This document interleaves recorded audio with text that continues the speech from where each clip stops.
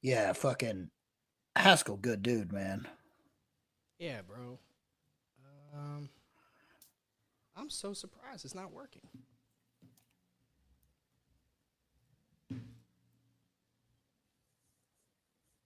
Oh, we got an ad. We have an ad. Yep. Oh wait, are we live? Are we live after all this time? Let me know. Yeah. Are we finally live? Oh snap! Okay, guys. I love the first day of doing something, guys. Welcome to the Lando Project. So good to be back on your guys' feed. I'm your host, Lando. I've been gone for a while. I kind of made a video yesterday about it. If you guys watched that video yesterday, you guys know that we've been trying to do a new show for quite some time, and today's that first show. So we finally figured it out. It looked like we had some issues with our Wirecast and YouTube. It wasn't connecting over, but we finally got it figured out. So now we're on the screen, and now we're good to go. So with that being said, yesterday I announced that I will be doing this venture with a friend of mine. And he's a friend of yours, and I'm really excited about who I have. When I first decided a few months ago that I wanted to get back on doing the YouTube and doing this new show, there was really only one person that really came to mind, and I reached out to this individual, and without hesitation, this person was just on board from the get-go. They really understood the vision that I wanted to do with this channel, and the commitment, the time commitment, because there's going to be a lot that we're going to be doing on this. And as we kind of get more familiar with everything that we're doing, things will be easier. Of course, the first day is always the worst day. But I don't want to waste any more time, guys. I am very, very happy to let you guys know that I brought aboard a friend.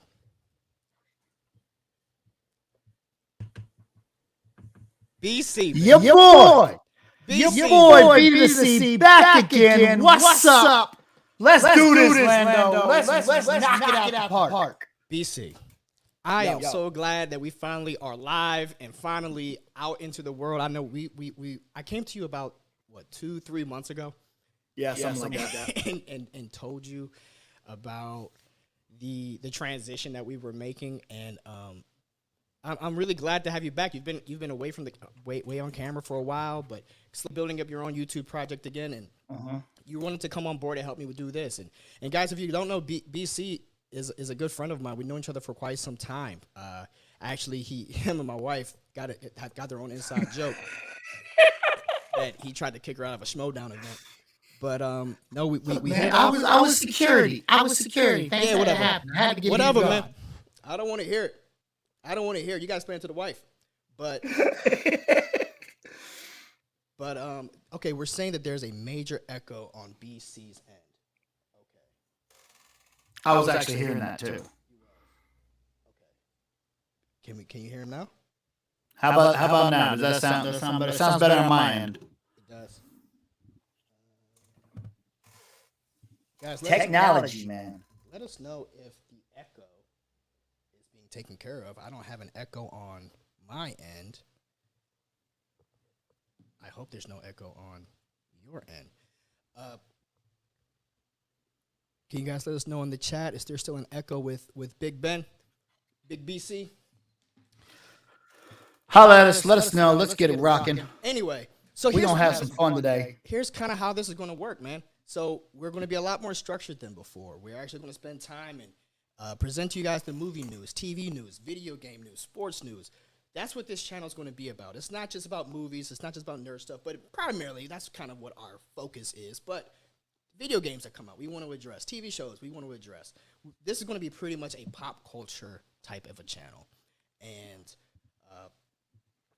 we're also going to be venturing out into different platforms, different kinds of social medias as well. But this is going to be the first. This is the first time that we're going to be sitting here together with you guys, and we're going to be giving you guys our thoughts on many things. So, BC, before we kind of get into it, is there anything else you want to say before we kind of crack this bottle open? No, man, I'm super excited to be back. I'm super excited to be working with you again. It was so fun when we first launched the Gucci verse, bringing you in, having a good time, and really running that. You took over that damn channel. and really made it work. So I'm really excited to be back with someone as talented as you are, ready to rock the boat and bring the pop culture positivity to the people. That's what we do, baby. That's what we do. I'm glad you brought that up.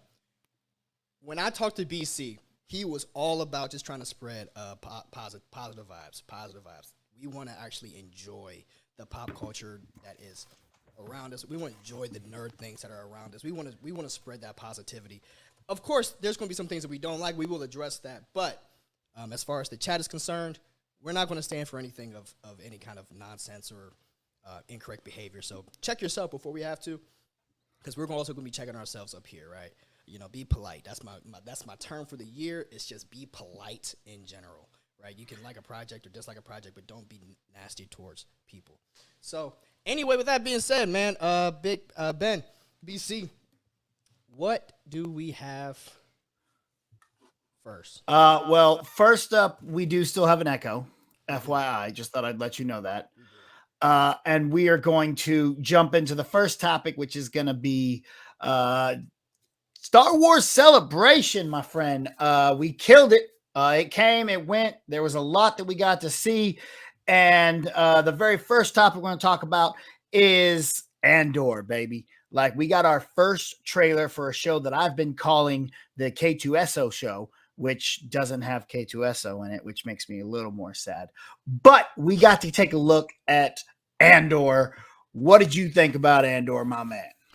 So the Andor project, and we have a little thing right there. So Andor, the trailer dropped. It brought a lot of good stuff. It brought a lot of surprises. I mean, I really don't know how I feel yet. And that's the thing. I really don't know how to feel about Andor, mainly because I need to know how Obi-Wan Kenobi finishes. But I'm very excited to see some of our fan favorites return. I'm really excited to see about the Mon Mothma thing. That's probably what I'm more excited about. More than Cassian Andor, I really want to see Mon Mothma's part as far as the rebellion. So the fact that they're setting that up, the fact that they're finally going to be diving into what she was doing. You know, they talk about like the Senate and they talk about the Republic and the Empire, but she was like a very key aspect on the inside that we never really got to deal with. We always see what's going on with the lightsabers and the war outside in the stars. We don't really see what's going on as far as the political involvement during this rise of the Empire during that time. So that's what I'm mainly excited for. Spoiler alert, I know that Cassian's going to die at some point, but he won't die in this show. And because of that part, I'm not really too excited about it. I'm just really not excited in general about where we are as far as the time frame in the Star Wars universe. I kind of want to, I would like to see more shows that take place outside of the 9 episodes. But if we're going to be in here, I think this is a good place to start. The tone of the show looks real gritty. It looks, I don't want to say real gritty. We're so used to seeing the Star Wars environment especially like Coruscant. We're used to seeing all the lights and the prettiness, right? Now it looks like we're kind of getting into the mud a little bit in these areas. And that's what I'm really, really excited for. Okay, they said the echo is gone on BC's end, but BC's volume is higher than yours. Okay, that's easy. I can just lower his volume. There we go. Boom. Done. But that's kind of my initial thoughts on the video. And like I said, guys, the audio will be fixed tomorrow. How about you? What'd you think? Okay, so here's the thing. Rogue One is one of my favorite Star Wars movies. The one thing I don't like about Rogue One is Cassian Andor. I think he was a terrible character. And he just kind of bored me. But the idea of the show, I was like, all right, I'm on board as long as K2SO's there. And then they announced K2's not going to be there. And so I was a little disappointed, but this trailer has got me back into it. The trailer was cut and made in such a good way that it has me interested. It looks a little darker. It looks, like you said, gritty, and it makes me care a little bit more. So I'm kind of excited to go and get back into the war of Star Wars, because Rogue One was the closest to the war that we really got. So I'm kind of excited that this might be a little darker. And if it goes the way that Obi-Wan's going, because Obi-Wan's been pretty dark. So if they stay along that line, I think this will really work a lot better than I was expecting it to. I mean, that's fair. I mean, like I said, the I just darkness felt tones, Cassian was a bad version of Han Solo. Han Solo. Like he was just a bad version of him though. It didn't work that way. I mean, the K2SO Cassian thing, I didn't really mind Cassian. I thought Cassian was okay. I definitely thought he was more of a character than I didn't really like Jen Erso. I didn't really care for the Jen Erso Oh, I character love all too Jen. much. I loved her. Fair, man. I mean, if you liked it, that's fair. Of course, it might be because what's her name? I can't think of the actress's name now. She played Felicia Hardy in the Amazing Spider-Man 2. I can't think of her name, but I'm also just in love with her, so that could be why I loved Jen I thought Erso. she did well. I thought she did really well. I love the whole thing about her, but I never really got that passion for her. Like, like Jimmy Smith's character, Bail Organa. I really want to see more of him. Mon Mothma. I really want to see more of her. Jen Erso, not on my list of people that I'm lining up to really go see because, I mean, I know she sold the Death Star plans, but there's more in the Star Wars world that I really want to get to. So, unfortunately, I need to see more about it, I think, to get excited because my excitement level isn't really as high as I want it to be. And that probably is just because I'm currently watching Obi-Wan Kenobi, and that is just everything that I have been wanting for 15 years. So my temperament, maybe once Obi-Wan is over, I can revisit Andor and then get more excited. Yeah. I mean, I'm glad that they dropped that Star Wars Celebration. I thought that their announcement was spectacular. Yeah, we got a little bit more news about it too from Celebration. The first season's going to be 12 episodes, and it takes place 5 years before Rogue One. A second 12 episode season has been announced, and they're going to resume filming later this year. And it's only going to be 2 seasons. And the second season is going to cover the 4 years in between season 1 and Rogue One. And the show's going to begin with the destruction of Cassian's homeworld as it examines his backstory during the height of the Empire. I think the setup about the 5 years before, it's going to examine his world. Wait, okay, so if it's 5 years before, is that the same time? It's not the same time as Obi-Wan. It's 5 years after Obi-Wan, right? Okay, so Obi-Wan is 10 years before Rogue One. So no, yeah, we're about 5 years after. We're about 5 years away the from events of Obi-Wan. Yeah, in Andor. Okay, so I think it is going to be pretty cool to kind of see that because the one thing that I'm really surprised about, I should say, with the Obi-Wan Kenobi. And by the way, guys, later on this episode, we will be talking about Obi-Wan Episode 3. That's going to be coming later on today. But the one thing I was surprised to see about where we are in the Obi-Wan series is the reign that the Empire has. I thought it was going to be more of a stranglehold, where it seems that, yes, they do have, people know them and they are taking over, but it's not as that deep stranglehold like I thought it was going to be. Just because of the fact, like, Obi-Wan Kenobi doesn't even know that Vader's alive. I thought that really threw me for a loop. Like, who wouldn't know? So I thought that the stranglehold wasn't quite there that I'm seeing in Obi-Wan. So I'm hoping I can see that in the Andor series. I'm not sure if that makes any sense. I'm not sure if you understand what I mean. No, yeah, that definitely makes sense. And by the time Andor comes along, we will be at that point where the Empire is now fully guarded. And I think by that point, Tarkin and the Emperor are just disbanding the Senate altogether, because the Senate's still running, or up until A New Hope, but he disbands it and he's like, yeah, the Emperor just disbanded the last of the Senate. So, yeah, I mean, my verdict is out. It looks like you're excited for it. I am now. I'm a little more now. I think that the shots look amazing. I think it looks beautiful. I love this shot here. You can see, some of the ships flying over, and I think that the way that it looks great. It looks great. How I am seeing that some of the Disney Plus shows, I will say this though, it does look like the budget isn't there the way that the movies are. But the one good thing that is making me happy about the Andor project is what they came out and they said about it, that they're not shooting it in the volume room. They're not shooting it in that stage room. Whereas like Obi-Wan Kenobi, the Mandalorian, and the Boba Fett show, they were all shot into that stage room that, ILM set up. And it looks like that this next show, they're not shooting any of it in there. So the open world aspect, I'm really looking forward to, and I'm hoping I believe visually it's going to be stunning, right? It looks stunning. I just need to know how I feel about it because I guess Book of Boba Fett kind of spoiled some stuff. I mean, not spoiled, but tempered my expectations on some of the Star Wars projects. And Did you not like Book of Boba Fett? Huh? Did you not like Book of Boba Fett? Book of Boba Fett was decent. I mean, it was decent. I loved it. Thought that I wanted a stronger. I guess this is my fault. And I'll say this all day as a fan. It was my fault to have the expectations that I was having walking into it. Yeah. Okay. And it was my fault for the headcanon that I had about Boba Fett in my head. Yeah. And it's my fault for how dope I made Boba Fett be in my head. Because I guess I didn't realize that Jango Fett and Boba Fett were both trash. Bruh. Jango Fett was awful, bro.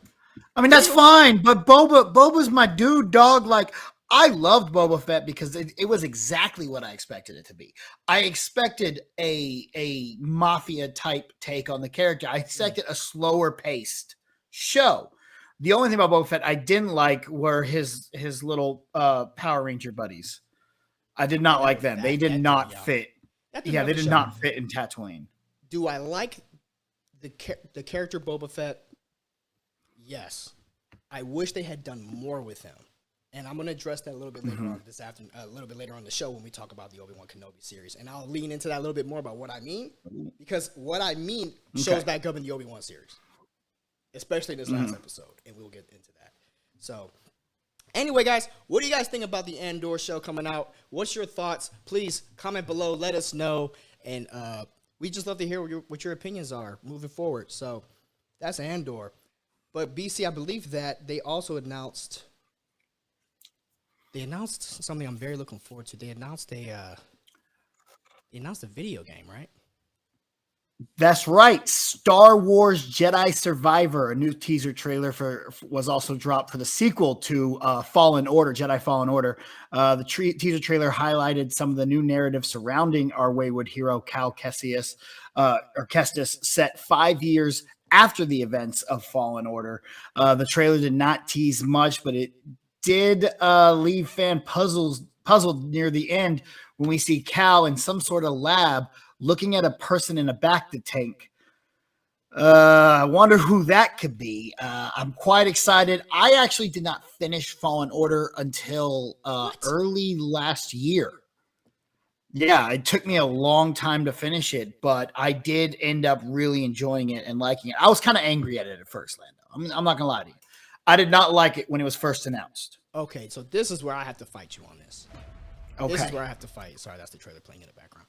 I love Jedi Fallen Order. I thought Jedi Fallen Order was a fantastic game. By the way, I have it on the PS4. I thought it was a great game. It shows that Star Wars needs lightsabers. Star Wars needs lightsabers. And if you have a Star Wars video game, you need lightsabers in the video game. But more importantly, it laid out a great story. Yes, I know that they had the Battlefront games that came up before. I've never been a big fan of Battlefront, mainly because I'm a campaign person. I like a good campaign. Battlefront 2 that came out, I don't even think it had a campaign when it came out. So I wasn't a big fan of the Battlefront series. I was a big fan of the... Do you remember that one game that came out, Republic Commando? Yeah. A long time ago. We got to play as some of the stormtroopers. Yeah. I remember that. And then, of course, Knights of the Old Republic, right? Probably the greatest Star Wars game that ever came out. When I got my hands on Jedi Fallen Order, I played that game relentlessly. And so I loved how they did it with the story of Cal Kestis and his journey.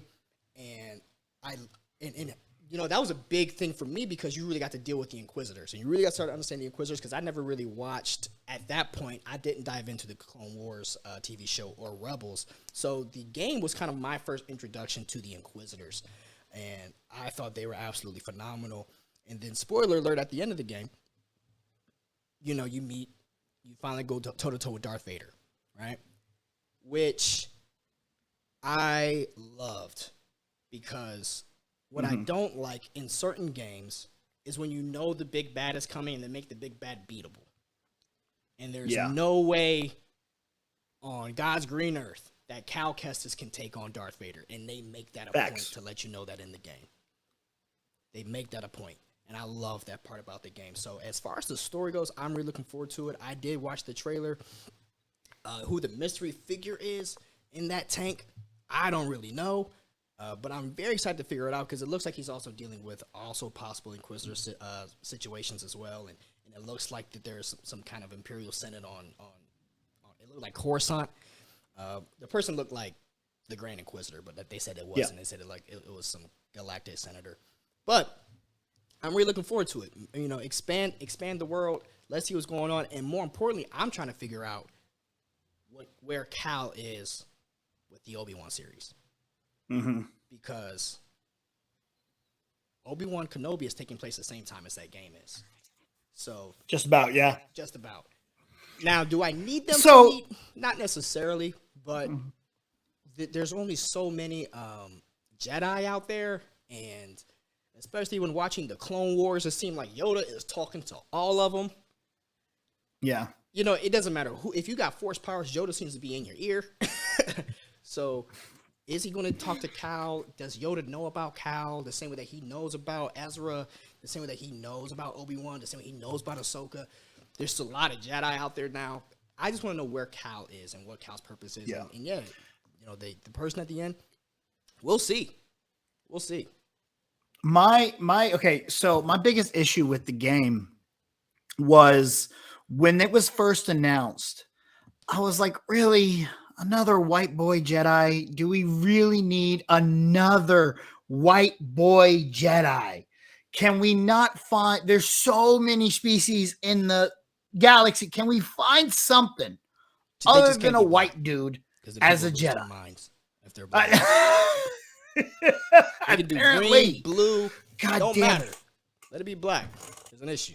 It don't matter. But if you black, we don't like it. God Right, damn, man. fuck. Nonsense. So so for the longest time, I refused to play it because I was just like, I don't care about another white boy game.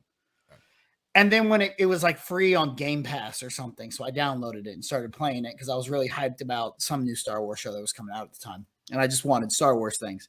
And as I started playing, my buddy was like, "You're finally playing it." I'm like, "Yeah, but I don't like it. It's just parkour the Jedi. It should be called Star Wars Jedi Parkour because that's all you're doing is running around parkouring." But as I played it, I started to love it more and more and more and more. And by the end, I was like, all right, I'm in. Screw it. Let's see this kid on TV.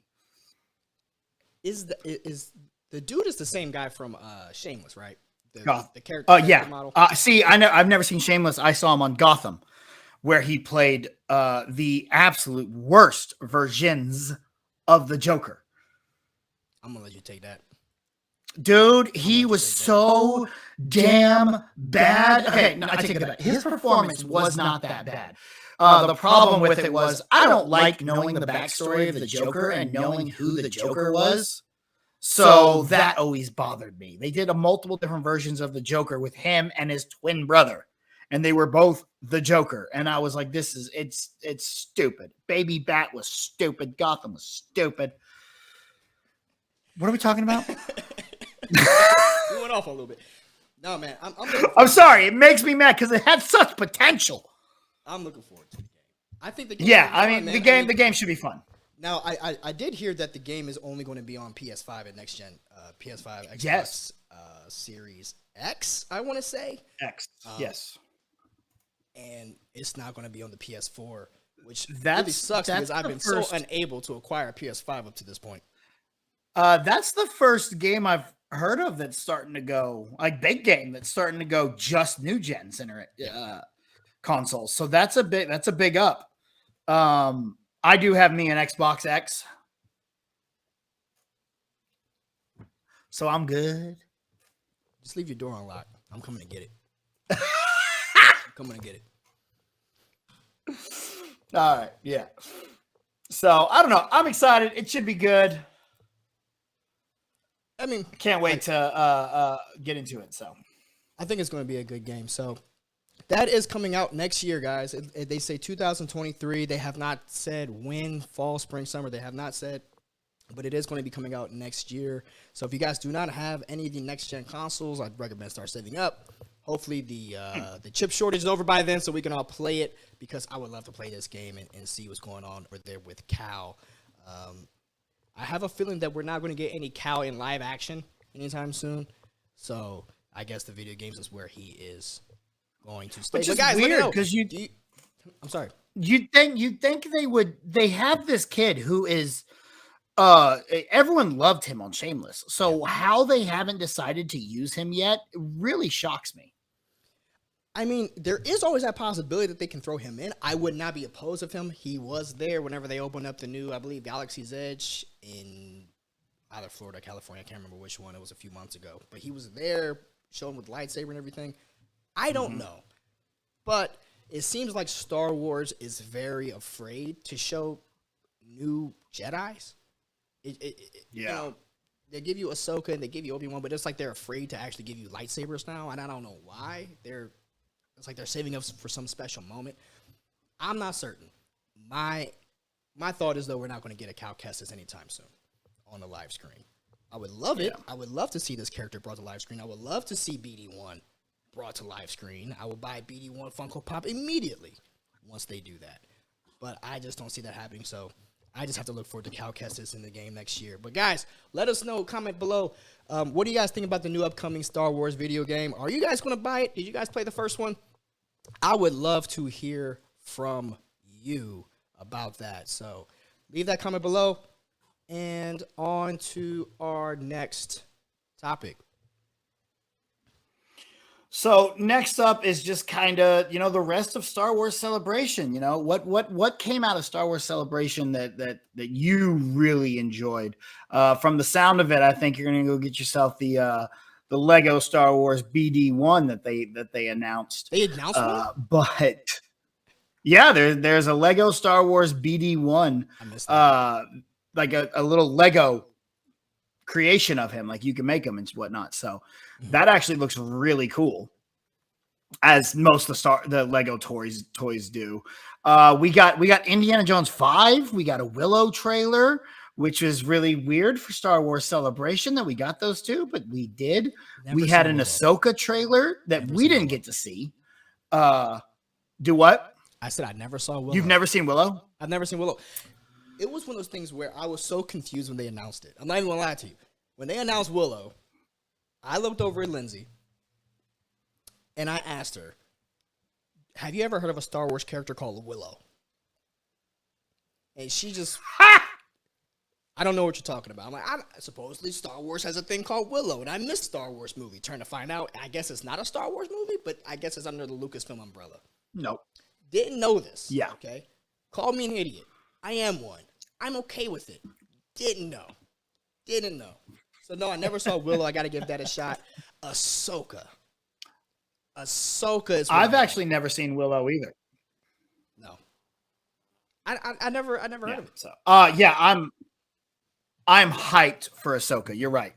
Ahsoka is the one that I'm looking forward to. And the reason why is I love the crew of the Ghost. That whole crew I ride with.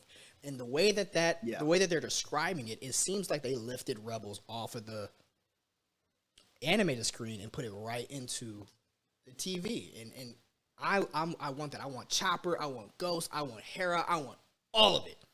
Give it to me soon. And I love that Ahsoka's back with them because they were such a big part of her in her, not her future, but, in her older life, she really was with them a lot, and it looks like they're really going to dive into finding Ezra.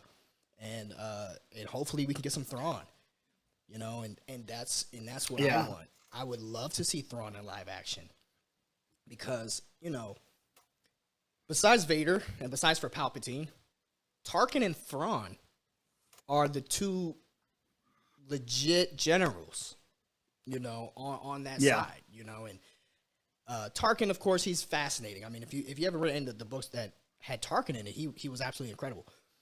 But to me, Thrawn, and I have the books, he is different. He is different. when it comes to just his mindset. And I'm hoping if we do get Thrawn, that they show us that. They show us the fact that he's such a tactician, that he likes to study art, that he likes to listen to their music. He really likes to understand people, and I love that. I'm in the military. I love a good military mind.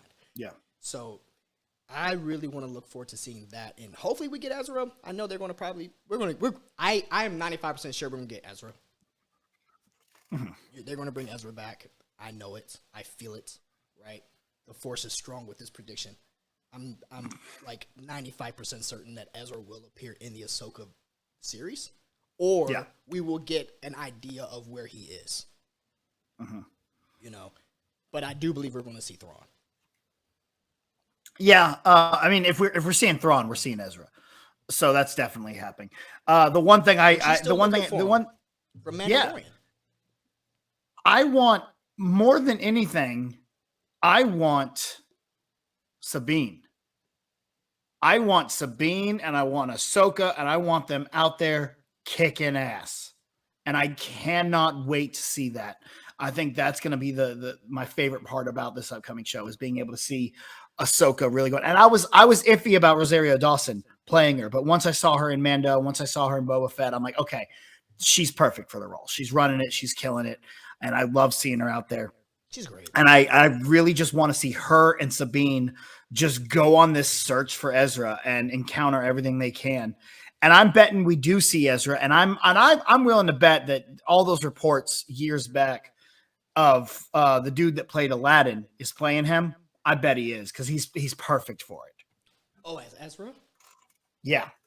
I think that'll be a good pick. I don't know. I unfortunately do not know the young man's name, the gentleman's name who plays Aladdin. It's Masad. Yeah, I knew I could say it. If I saw it, I would know it. Right. Yeah, I'll tip but Ezra does have that look of, mm-hmm. You know, he does kind of have that racially ambiguous, you know, Middle Eastern kind of look to him. Whatever. Not a white boy. Not a white boy. I'll be happy. Nah, man. I think it's going to be great. When does this show take place? Does it take place after Mandalorian? After Return of the Jedi. After Return of the Jedi. So yeah. My question is this Ahsoka before we see her in Mandalorian? No. Because Mando takes place before the original trilogy. Ahsoka is going to take place after Return of the Jedi. Mando takes place after the trilogy.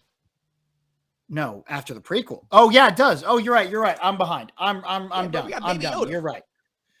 You're right. You're right. Yeah. So yeah, this will probably take place after Mando. I don't know why I got that thrown in my head when my head was.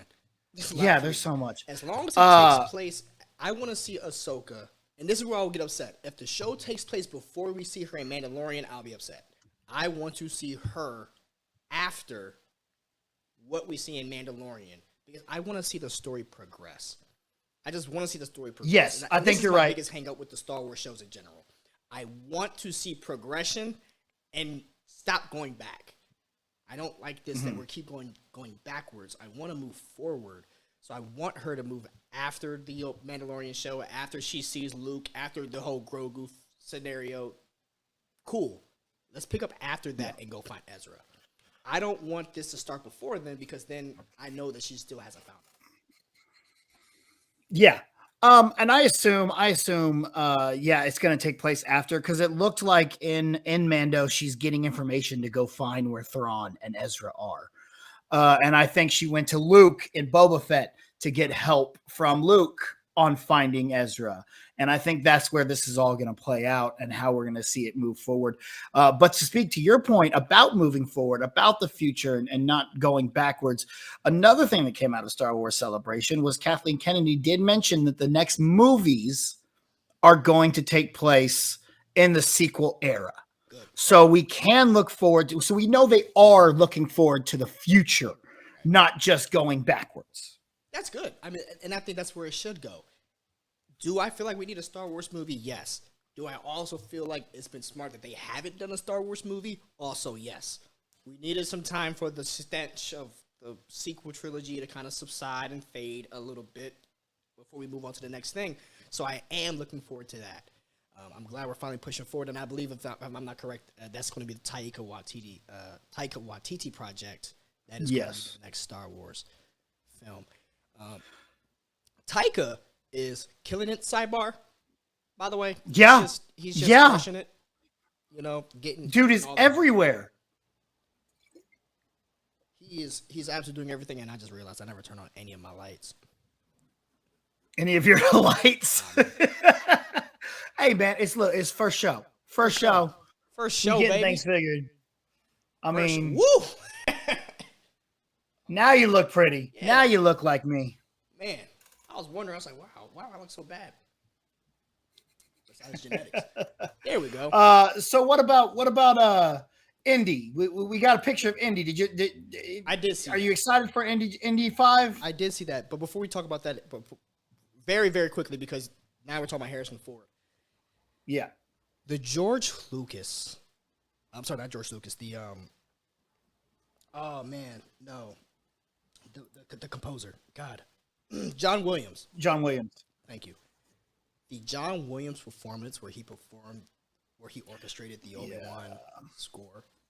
I loved every second of it. I love seeing him walk up there, and I got a little emotional, and I wanted to stop this to let you know that, because when I was watching him and he's doing the Obi-Wan theme, and by the way, I love this Obi-Wan Kenobi theme. But when we was watching John Williams, what is he, 93? Something like that. Dude got some time. That might be, and I don't want to say this, you know, but understand what I'm trying to say. That might be the very last time we see this man do that. No, you need to calm down on that. You need to calm down, because I have been trying for the past 3 years. After 2019, I said, that's it. I am going to see John Williams in the Hollywood Bowl next year. Well, after 2019, COVID hit and there was no Hollywood Bowl and no one was going anywhere. So I am going to see him at the Hollywood Bowl. It's going to happen. So we got time. He's still doing this. Believe you me. No, I want to see him, man. I hope he sticks around. No, and I'm not trying to put anything out there negative about this man. But when I'm up there, if this is the last thing I ever get from him,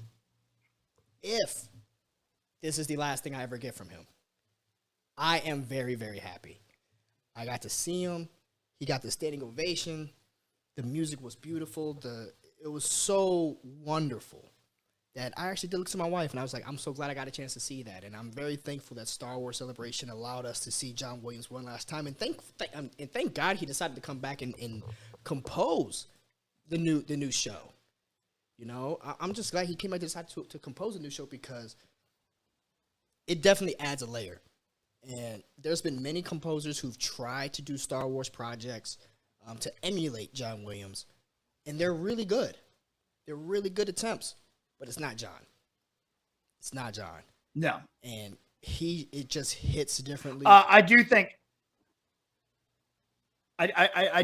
the natural progression, the next one in line under him is definitely Michael Giacchino. Michael Giacchino's Rogue One score was epic and is the closest thing to John Williams that we have had. So I'm really excited for him to kind of do more with Star Wars as well.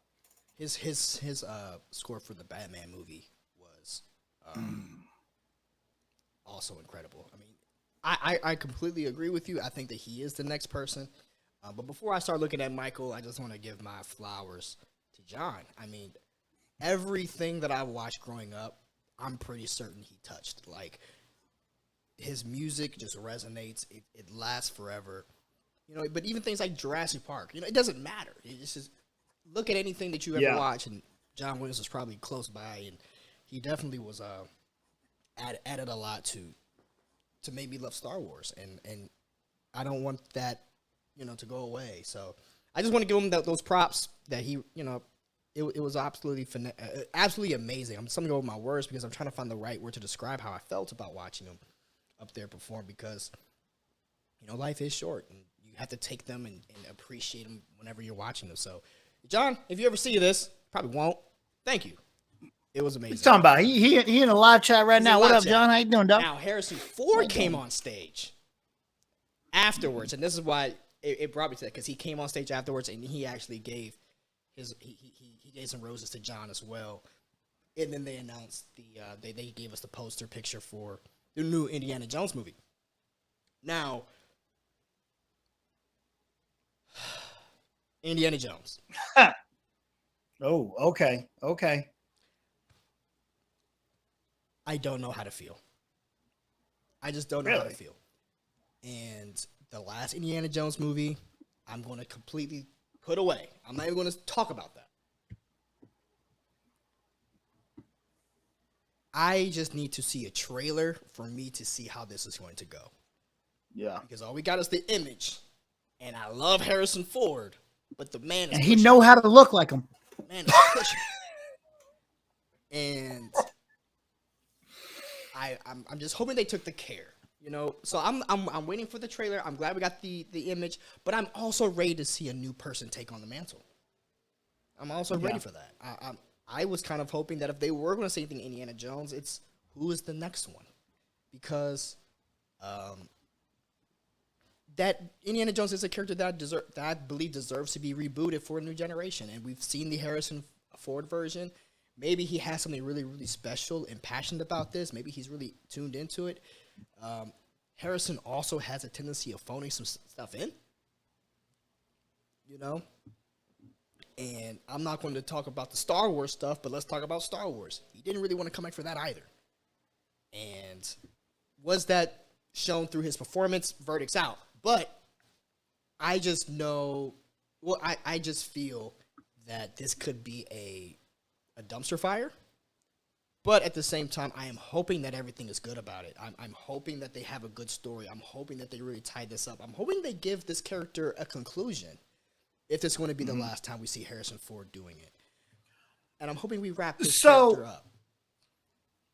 So I think you're right. You're right. Solo probably, I mean, Harrison Ford, sorry, I keep saying Solo. Harrison Ford probably didn't want to come back as Solo. But what got him to come back was he's like, yo, we got to kill Han Solo. You want to kill Han Solo? I'll come back. So I think he came back and he did a good job. And I'm betting they got him to do Indy by going, yo, we'll wrap up Indy and we'll save it from the last one. And I bet that is the go-to of this movie. It's like, hey, let's give Harrison one last run as Indy. He wants it. He wants to end it right. We'll get in there. We'll end this. Bada bing, bada boom. They forget about Crystal Skull. And I think that, and then we'll move forward with the IP. Crystal Skull hurts, bro. That's just my idea. And I'm in. I'm always on board for anything Harrison Ford. Let's do it. So, hey guys, I mean, that's our thoughts on the Harrison Ford project. How do you guys feel about that? Please let us know down below in the comments section. Are you excited for a new Harrison Ford movie? Are you looking forward to the new Indiana Jones movie? Do you want to see someone else take on that person, take on that character? If so, let us know what you guys think. I definitely think it's time, but I'll also see what they have, because you never know. Sometimes these movies turn out to be a lot better than you expected. Look at Top Gun. I did not expect that sequel to be anything good. And yeah, I'm just very pessimistic sometimes when it comes to movies, especially sequels that take place 10, 20, 30 years later. They never seem to do well. Yeah. So I do want this project to do well. I want everything to be good. If I can have my way, everything will be amazing. But that's not the world that we live in. All right. So we got that out the way. Yeah. So yesterday, Ben, when we were doing our test stream, I got you, man. When we was doing the test stream, okay, you talked to me, man, and you was like, yo, Lando, and I was like, what's up, Ben? You was like, yo, did you see this? This Pinocchio trailer drops, and I was like, what you mean Pinocchio? He says, this Pinocchio trailer dropped. I'm like, bro, we got work to do. But you made us stop everything to watch this Pinocchio trailer. It was Pinocchio. I'm going to tell you something.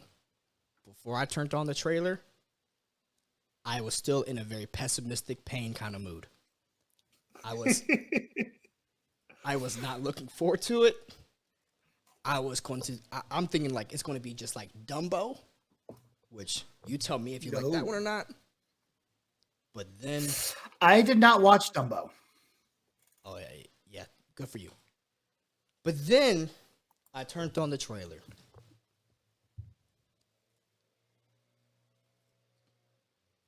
Ben, I loved it. Yeah. Oh, my man. I loved every second of it. My man. I loved every second of it. The minute I saw Tom Hanks, I knew I was going to be in good hands. All state, baby. Good hands. And he looks amazing. I know this is one of the He does. He screenshots looks they so actually put good. out there as far as one of the press images. You actually get to see Tom Hanks in Pinocchio. You really don't see a lot of Pinocchio in the trailer. But what you do see in the trailer, you see Jiminy. You see good old Jimbo. Man, I love everything about this. I love the music. I love the blue fairy. Is that the blue I don't fairy? know. Is that She the was one that has blue. the blue? I forget. I forget which one was the blue fairy. She was blue. Where was it? She was blue. Yeah, was dude, blue. I love it. I think it looks fun. It does. It looks cute. It looks endearing. It's Tom Hanks. And, watching the trailer, I was like, oh, God, I forgot.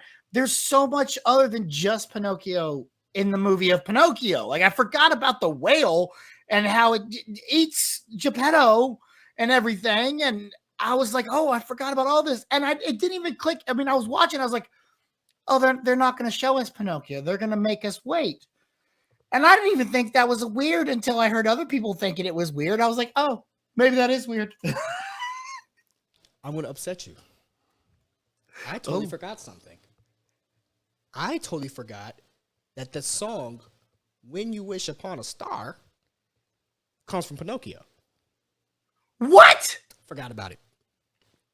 When they played the song in the trailer, I'm like, huh, this is the wrong movie for that. What'd you think it was? Dog, I thought it was like Snow White or something. I'm not that big on Pinocchio. I mean, okay. I haven't watched Pinocchio since I was a little kid, so you have to forgive me. But when the song came on and it was beautiful, it just took me back. And I just forgot about it, but it was memory unlocked. So now I remember. So don't yell at me. But I thought it was absolutely amazing, man.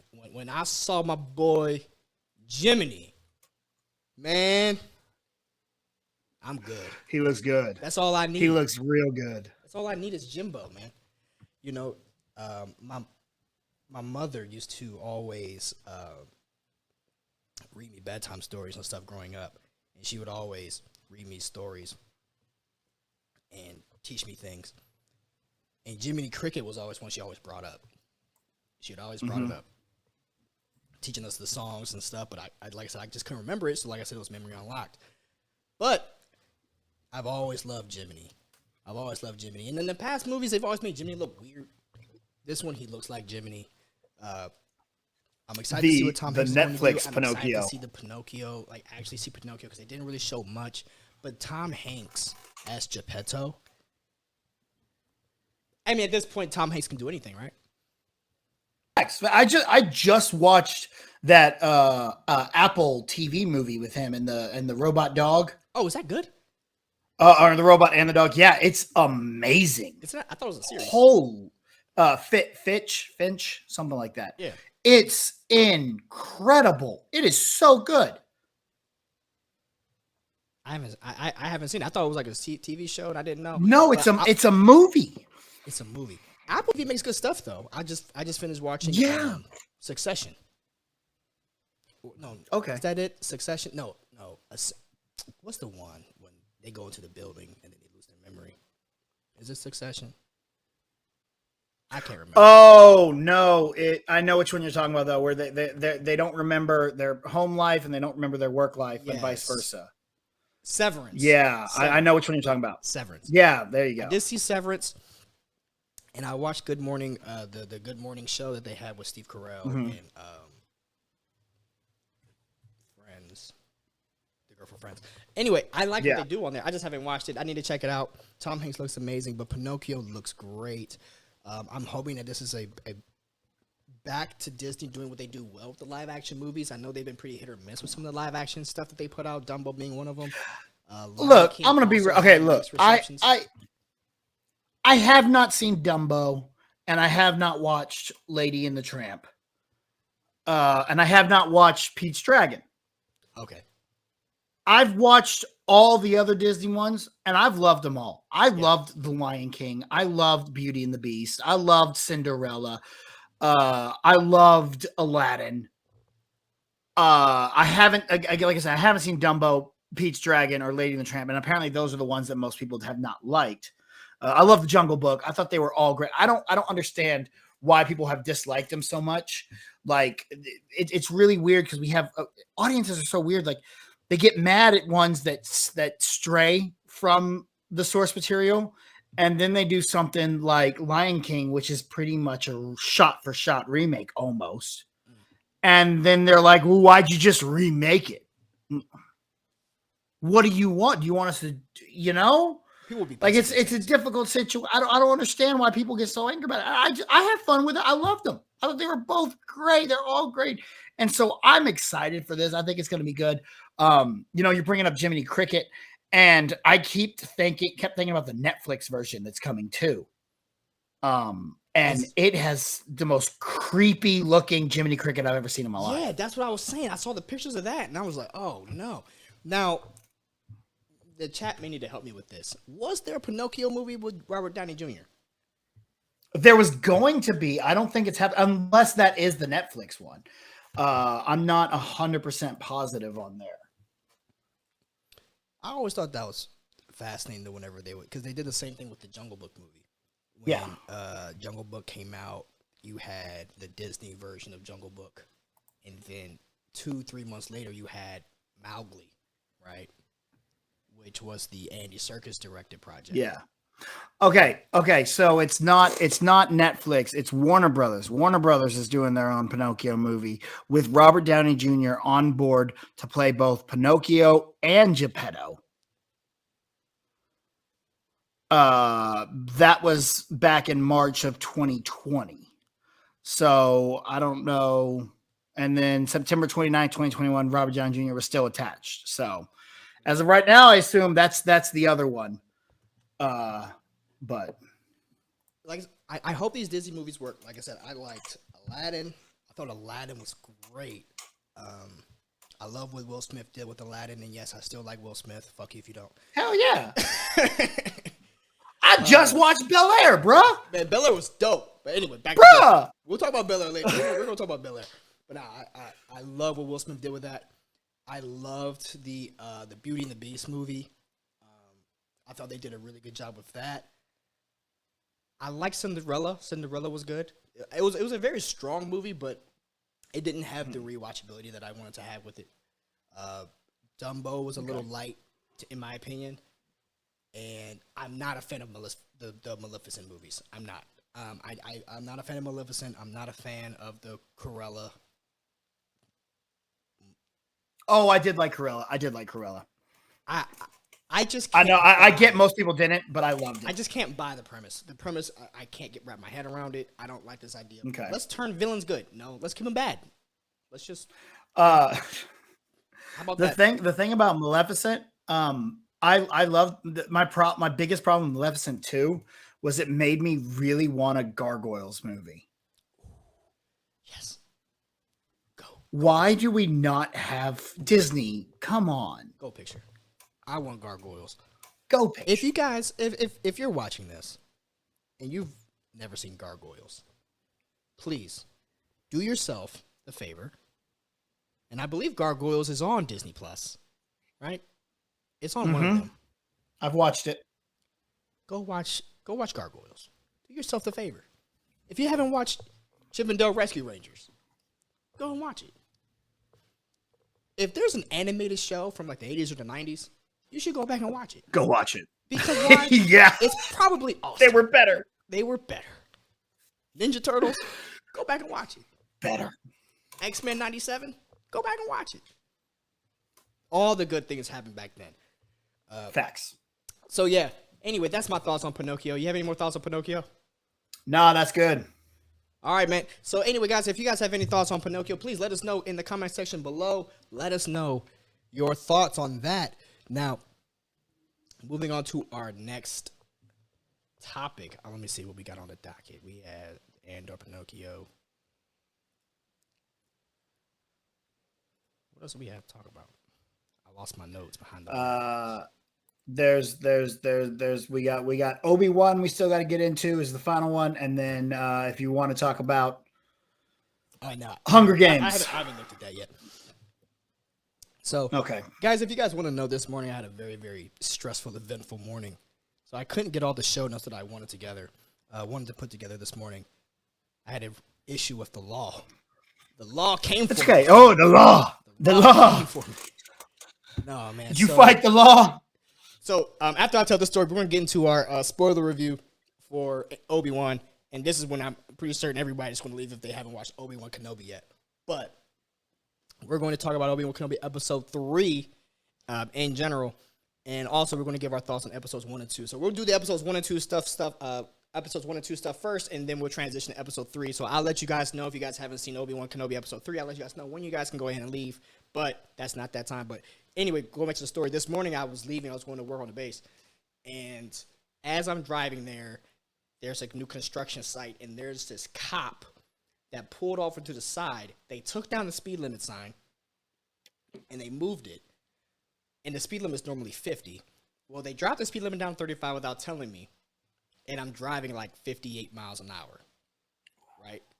So cop pulls me over. I'm going a smooth 24 miles over the speed limit in a construction zone. Yo, it's about to be a wrap. Mm-hmm. But nah, the cop was cool. The cop was a Navy guy also, and so he wrote me off with a 0 points, $75 fee. I'll take that and move on.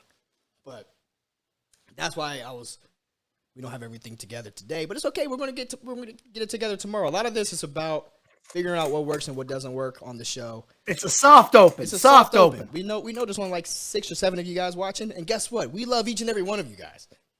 Each and every one of you guys, because when this show blows up, and it will, we know you guys are the OGs. Facts. So, anyway, Pascal 420 up in there. So anyway, Obi-Wan Kenobi. This is what I've been wanting to talk to you about for a week or so. Let's get into it. Obi-Wan, baby. So, let's briefly talk about episodes 1 and 2 before we get into episodes 3. And that way, if people haven't watched episode 3, they can leave.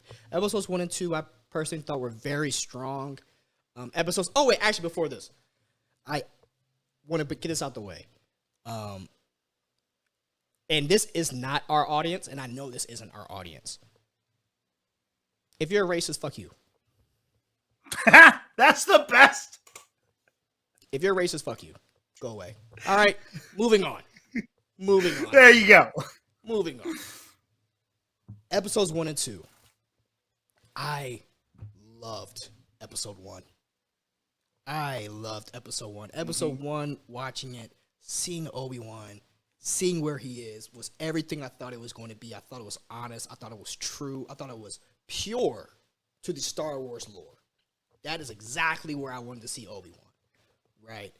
And I loved Ewan's performance because after now having gone back and watched episodes 2 and 3, he's so different. This is not the same Obi-Wan Kenobi that we left him at the end of Revenge of the Sith. He's so different. He's not laughing.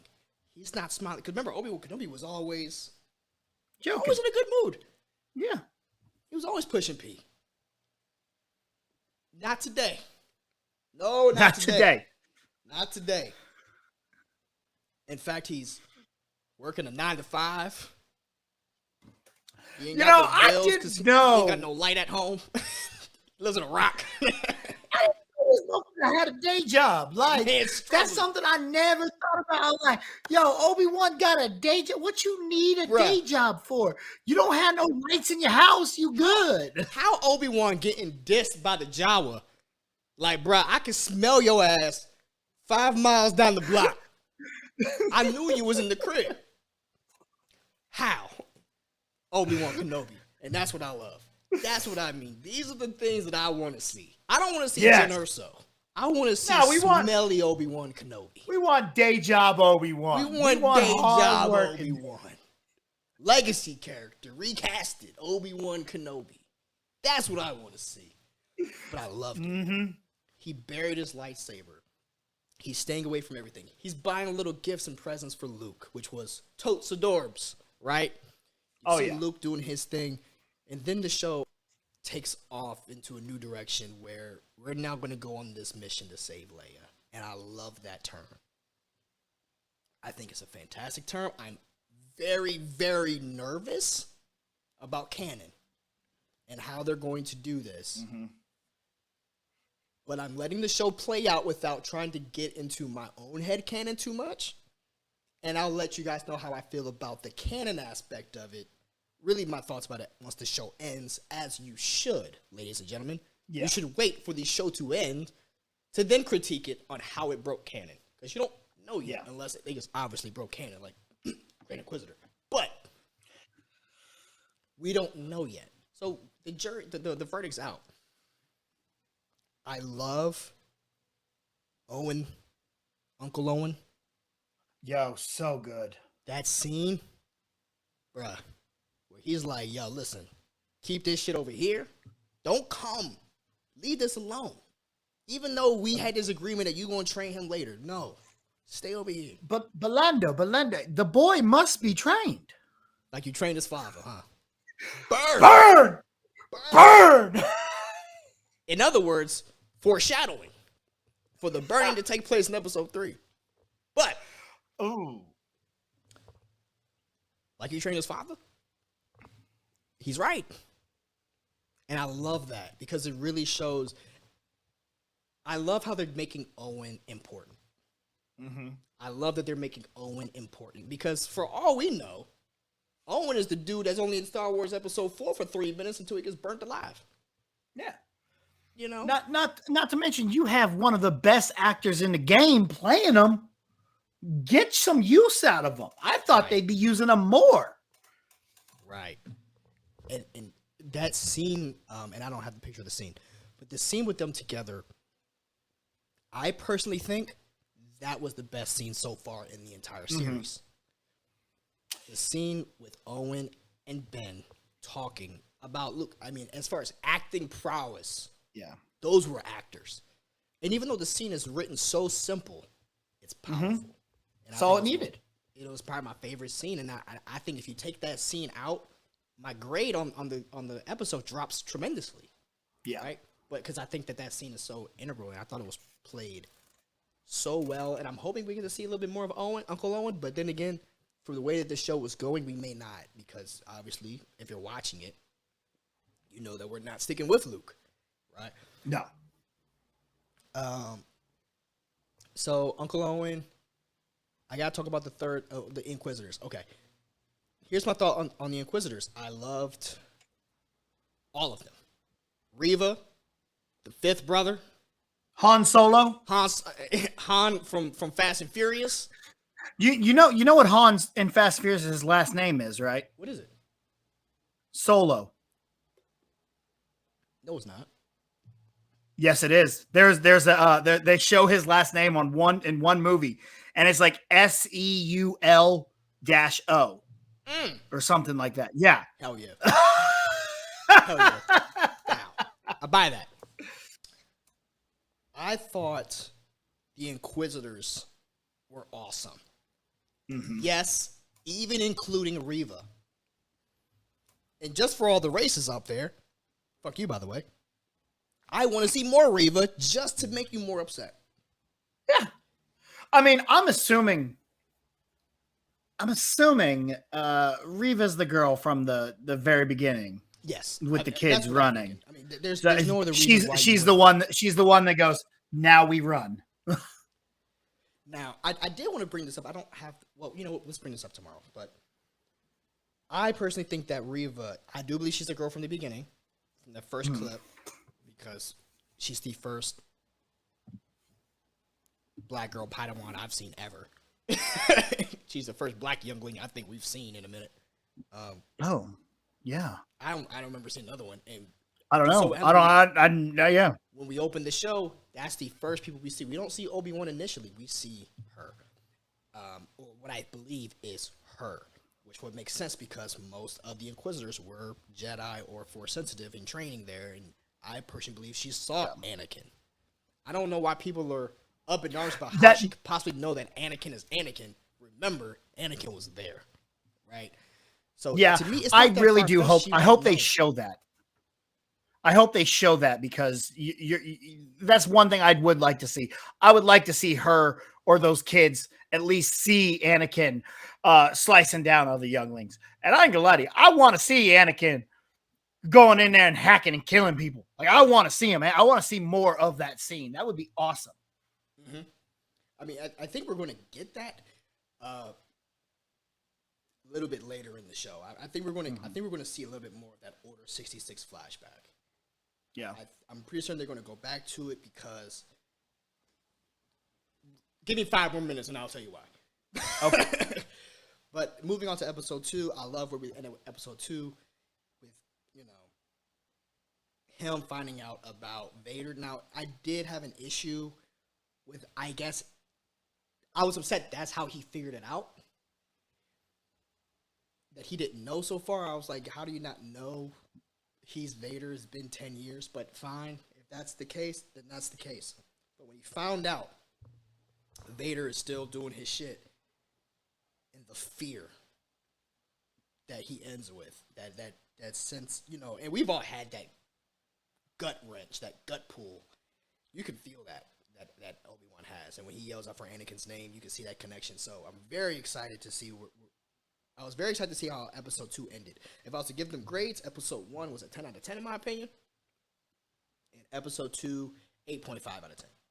Mm-hmm. And only just because of the fact that episode 1 was just so amazing, right? Yeah. Episode 2 is a great follow. I really don't have any notes for it, except I didn't like the Leia chase. I thought those Leia chase scenes were absolutely stupid. Even when watching it, I was like, this is like, it would be different if Leia was like super fast or like had the Force. Yeah, but she's not. She's just a little kid running through like a. You ever had to chase a kid through like the store or something? It's like, bruh, how you getting beat like this? Flee from the Red Hot Chili Peppers. I need you to figure this out. Flee. I saw a great TikTok. Of someone like mimicking their running because they're not running right. They're running all sideways and weird and stupid. It's like they're doing the Captain Jack run almost. It was pretty childish. But besides that, I love this new Leia. I love this younger Leia. I definitely love how strong they made her. She definitely pissed me off, but as a kid should. Yeah. As a kid should. Yep. Right? Kids are going to do things. Remember, she's not the princess that we know her to be. She's going to be, but that doesn't mean she is that person at 10 years old. She's a 10-year-old. Yeah. She plays it well. And they pulled up the pictures. She looks just like Carrie Fisher's a young girl. Which I thought was amazing. And I love to see her and Obi-Wan on this journey together, I don't think I would like it as much if it was Luke, to be honest with you. See, that's where we're going to differ on this. Give it to me. I love the girl they got playing her. I think it's great. I think everything about the show has been fantastic. I've really enjoyed it. My one issue so far has been I do not want adventures in babysitting. I do not want galactic adventures in babysitting. I want Obi-Wan on this mission. I don't want him carrying a child around with him. All right, we got Mando with a child. I don't need Obi-Wan. Wolf and Cub. I don't need the same thing with Obi-Wan. All right, I can have Obi-Wan by himself on this mission. Now that he knows what's going on, now that he knows Vader is out there, we can send Leia home. And I don't know if that's what they're doing. I think they're going to keep Leia around all series long, which is something that I was not exactly like, yeah, let's do that. I just want Obi-Wan. I don't want him having to worry about a kid the whole time too. That's my only issue with the show so far. Yeah. It's definitely that's my only issue with the first 2 episodes. I got some other issues with the third. I think a lot of the big reason is how else do you get Obi-Wan off the planet? Yeah, I thought it was a You know? great way to get him off the planet, but and when we get into the third episode, there was a chance where we go, okay, we can go in this direction or we could go in this direction. And I think they took the adventures and babysitting direction. That's a fair criticism. We'll see how it plays out. I mean, I'm really liking their thing. Okay, spoilers, because I can't no longer talk about episode 3. Yeah. Okay, guys, we want to talk about episode 3. If you haven't seen it, turn this off. Come back. Hey, drop a like, drop a thumbs up, and come on back. Thumbs up, dislike, and subscribe. I don't care what you do, but go watch episode 3 because you got to talk about it. Listen, you out? We good. We good. Vader. Yo. Vader. That shit got dark. I'll let you go first. Yo, when okay, so you said your favorite scene was Owen and Obi-Wan talking, or Owen and Ben talking. And I loved that scene, but the opening scene in 3, when Obi-Wan is meditating, trying to get a hold or trying to talk to Qui-Gon, and you see the juxtaposition of Vader getting put together, is the most powerful look into Darth Vader. Like, I thought Rogue One was a good look into Darth Vader. This was, oh my God, this guy really is the greatest character ever created. Darth Vader is so ominous and terrifying, and I think they're doing a fantastic job of protecting Vader and making Vader really be that terrifying threat that no one really seems to know about, which makes him even more creepy because now Vader is basically a boogeyman that only legends are talking about. And I think that's why Obi-Wan didn't know about him, because I think everyone thinks of the Empire. They're thinking of Palpatine. They're thinking of the Emperor who's running things. They're not thinking about his general who's never really by his side. He always has politicians by his side. He just sends Vader out to do dirty work and murk people. Yeah. And so Vader has been going around doing this outside of Jedi. And again, Obi-Wan's not worried about the rest of the galaxy. He's only focused on Luke and his day job. So that's why he didn't know about it. He thought he left Anakin dying. He didn't know he got saved and he was now Darth Vader, or Darth Vader was still alive. So I loved that revelation. I loved where this is going.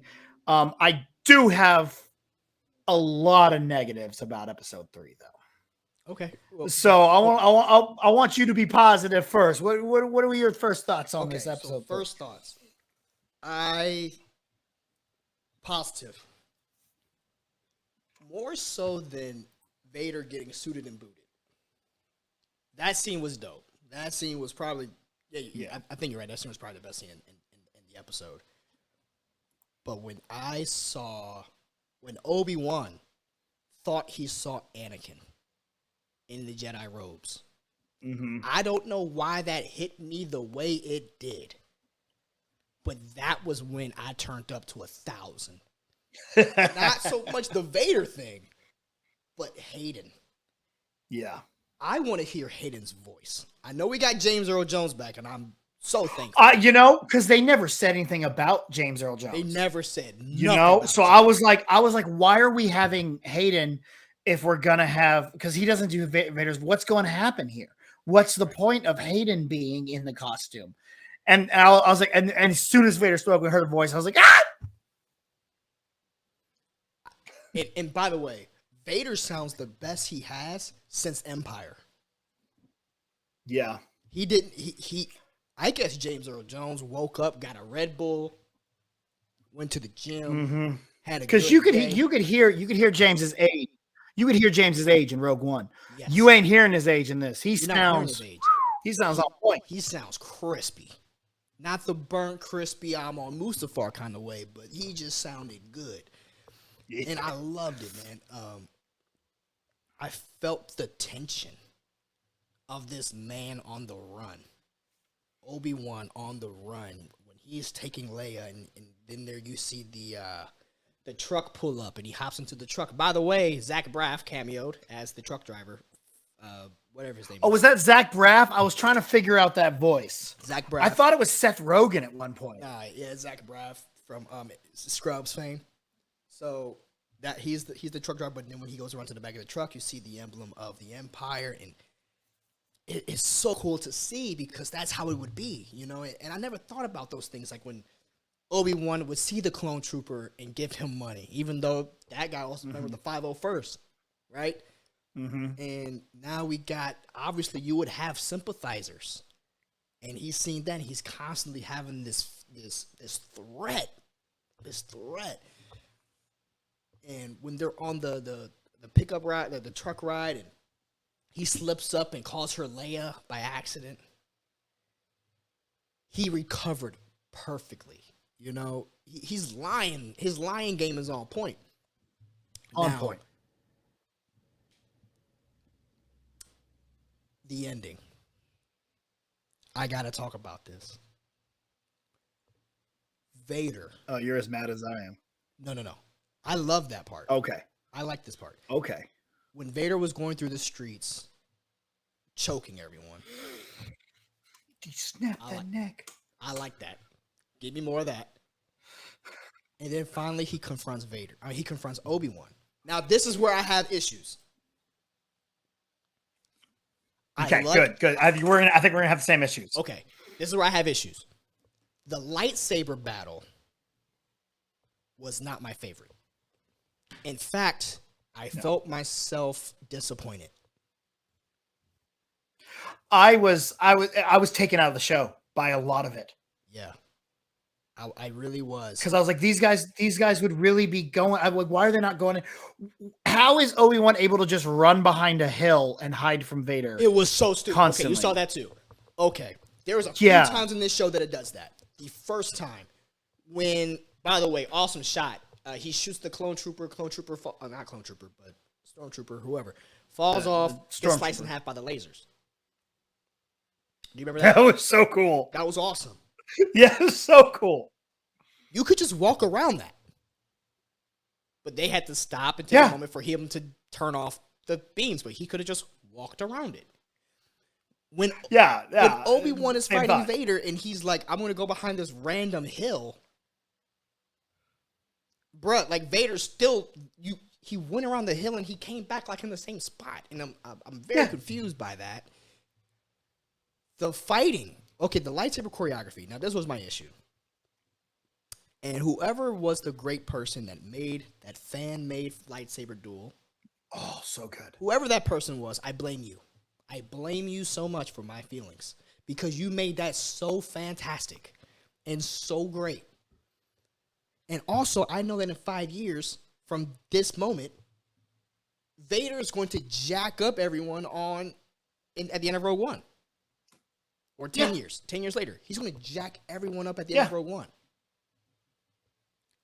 Why was his fighting in this one more reminiscent of Episode 6 Vader than 1 Vader? The choreography didn't seem to be as... He seemed older, even though he's supposed to be younger and more fragile. I mean, more agile. Yeah. Is that making sense? Yeah, no, that makes perfect sense. Like they're not worried about New Hope canon, really, because you think about a lot of this, and there are a lot of issues with New Hope canon. Yeah, they are. But you kind of have to overlook those because, you know, they didn't know they were going to do this. So, yeah, some things are going to sound different. Like the idea of, I haven't gone by Obi-Wan since, way before you were born. Well, no, 10 years ago, they were still calling you Obi-Wan, dumbass. So that's not true at all. 10 years, and you're telling me within 10 years, everyone's going to go from the Jedi were terrorists to there were Jedi? I thought they were just myths. In 10 years, you're going to forget about it. But that's, again, those are things you have to kind of overlook because when we made A New Hope, we didn't know we were going to have this whole universe like this. So there are things you have to overlook a little bit. But why do they choose to slow down Vader's lightsaber? Why is that the thing from A New Hope they chose to keep? Right. When Rogue they One know just- that, yeah, you just did Rogue One. And that's what I was expecting. This is the first time you see Vader, and I was anticipating that fan-made trailer, that fan-made scene. Because if you watch that fan-made scene, he comes in, and we know the fan-made one that I'm talking about. And in case you don't know what I mean, a few years ago, a fan made their current rendition of what would that fight be between Obi-Wan and Vader that happened in episode 4. What that would look like now with new technology. And it's a fantastic fight. Yeah. It's a fantastic fight. You see Vader's rage. I was missing that a little bit. As much as Vader was talking shit all episode, I was missing that. Now, I thought it was cool that he was only using one hand. Yeah. I did see that. Obi-Wan's trying with both, and Obi-Wan's trying with both, and Vader's using one. Like, bro, you got weak. Yeah. You got weak. But I was still ready for him to show up, Obi-Wan. Now, let's talk about what he does. He gets the floor. I mean, I guess he puts up on the floor. He lights it up, and he pulls Obi-Wan into the flames to make him feel the same anguish and the same pain Obi-Wan inflicted on him all those years ago, and I loved it. Loved it. I loved that part. It brought me back. It brought me back, and because that was so powerful. I never would have thought that would have been the way that they do that, but that makes so much sense. Obi-Wan's like, Vader. It's evident Vader doesn't want to kill Obi-Wan yet. No, I think, yet. Good call. He doesn't want to kill Obi-Wan yet. Because I was still a little thrown off, too, about this whole, and going back to what we said, like, yo, just go around this. When the fire, when I can't remember the girl's name, she blows up the thing, and then Vader just kind of stops, and then the droid comes. And and also, and that was another one of my issues, and that's what I'm talking about Adventures in Babysitting. We had this scene where they're running down the hallway. Why would you leave the kid? That makes no sense at all for you to go, okay, you just keep running and find a pilot.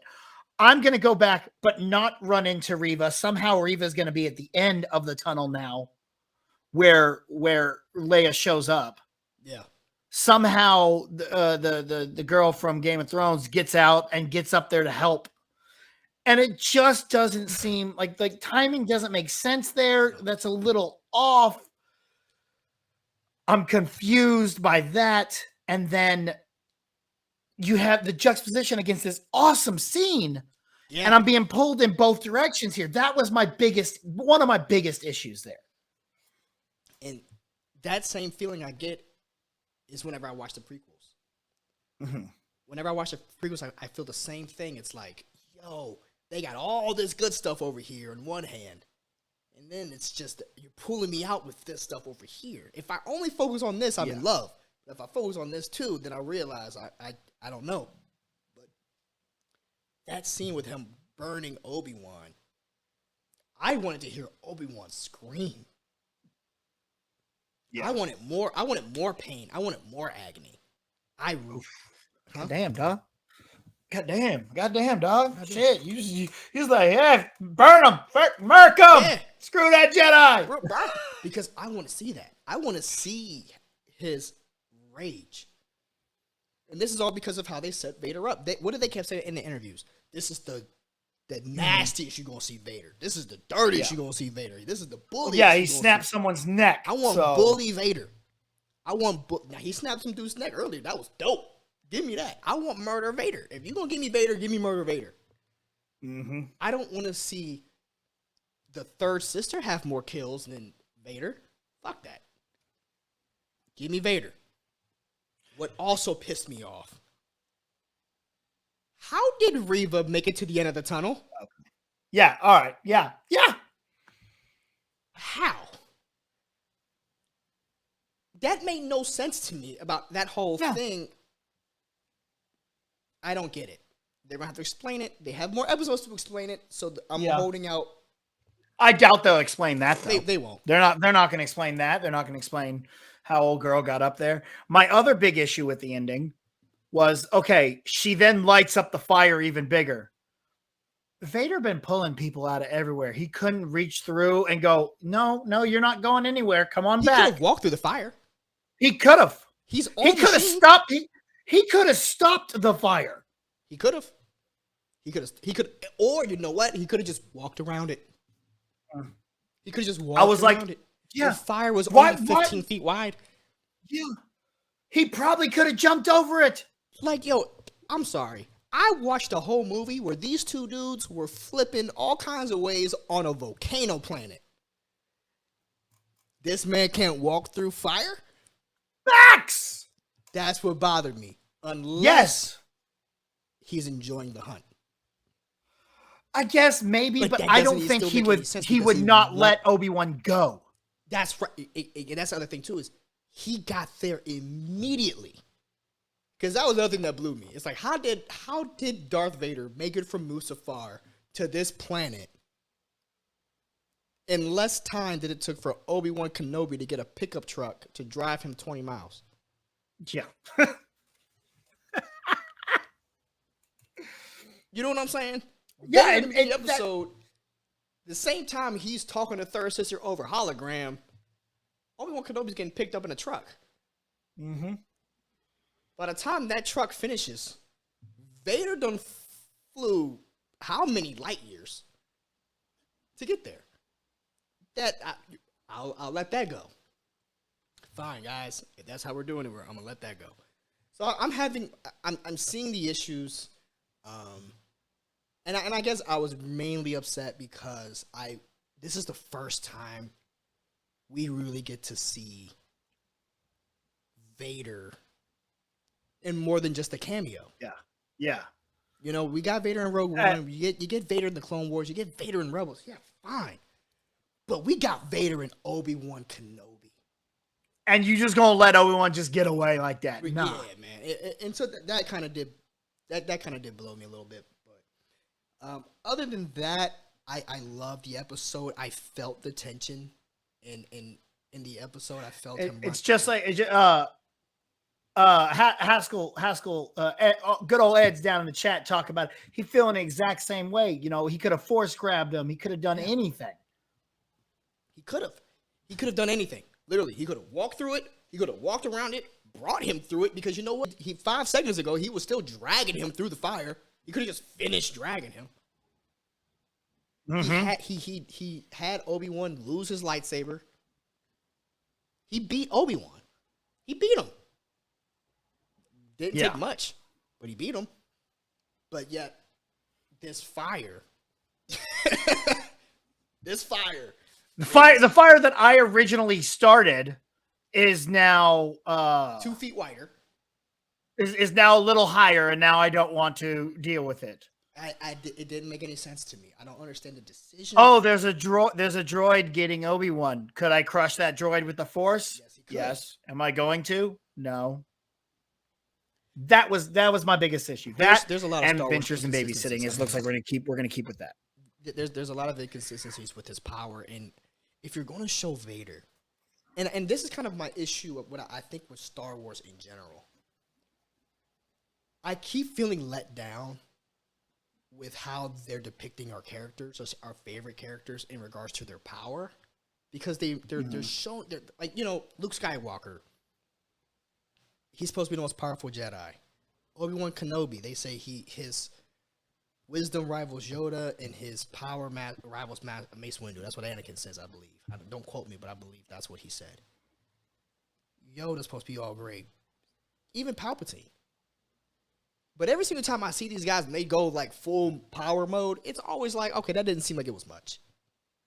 Yeah, it seemed like you still ain't all day. It didn't seem like it was that much. And if I'm not mistaken, the quote is, as wise as Master Jedi, as Master Yoda, and as powerful as Mace Windu. Right. That's your boy Obi-Wan. Mm-hmm. That's your boy Obi-Wan. Now that is Obi-Wan back in the day. This is day job. This is day job. This Obi-Wan. is day job 9 to 5. Okay. Yeah. this is man. I've been working hard for my money. Yeah, You know what I'm saying? He's a little tired. Man. He's got a pension, saving up. He's got retirement plans. I know it's a different Obi-Wan. But Vader's But it's not a different Vader. But it's not a different Vader. And that's the whole point.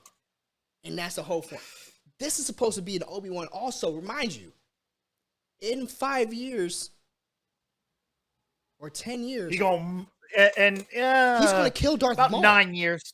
About 9 years, he's going to murk Maul with one cut. He's going to murk Maul. This Obi-Wan, that was my thing. It's, let me see how strong they are. And, you know, especially when you have, like, the video games with Force Unleashed. What's up? So that is something I think they'll go to, though. I think they will get to the point that Obi gets back to being Obi-Wan, and it's going to end in another fight with him and Vader. There's going to be a lot more like that edited fight we've seen, and it's going to end with Obi-Wan winning that fight, being and there's got to be a line, "I am still your master," or something like that. That has to be, you know, because then still unlearned, then you or you're still a student, or something.